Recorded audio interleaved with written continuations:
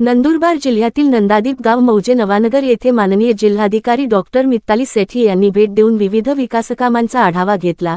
या दौऱ्यात त्यांनी सीसीटी काम तसेच वंतळे यांची पाहणी करून संबंधित अधिकाऱ्यांशी चर्चा केली। गावाच्या सर्वांगीण विकासासाठी करण्यात येणाऱ्या उपक्रमांमध्ये पारदर्शकता आणि गुणवत्तेला प्राधान्य द्यावे अशा सूचना जिल्हाधिकाऱ्यांनी दिल्या। स्थानिक ग्रामस्थांशी संवाद साधून त्यांच्या अडचणी जाणून घेण्यात आल्या। गाव पातळीवर राबवल्या जाणाऱ्या योजनांचा अधिकाधिक लाभ नागरिकांना मिळावा यासाठी प्रशासन कटिबद्ध असल्याचे जिल्हाधिकारी महोदया यांनी नमूद केले।